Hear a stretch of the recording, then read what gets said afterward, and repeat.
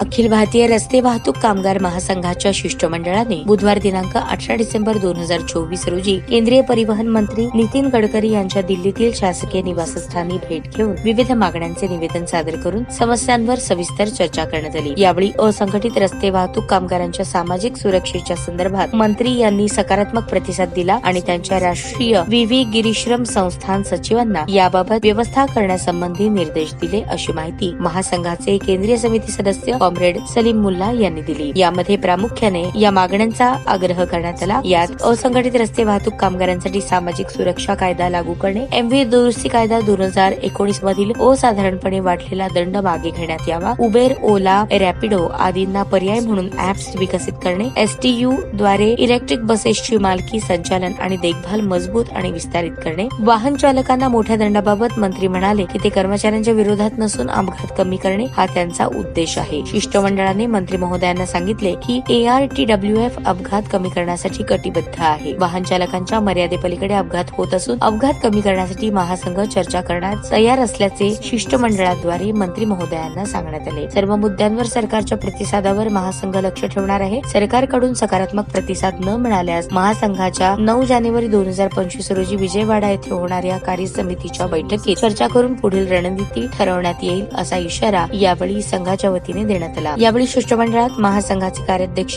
दिवाकिरण, उपाध्यक्ष सरबत सिंग पुनिया, सरचिटणीस आर लक्ष्मय्या, सचिव राजकुमार झा, जीवन सहा आदींचा समावेश होता।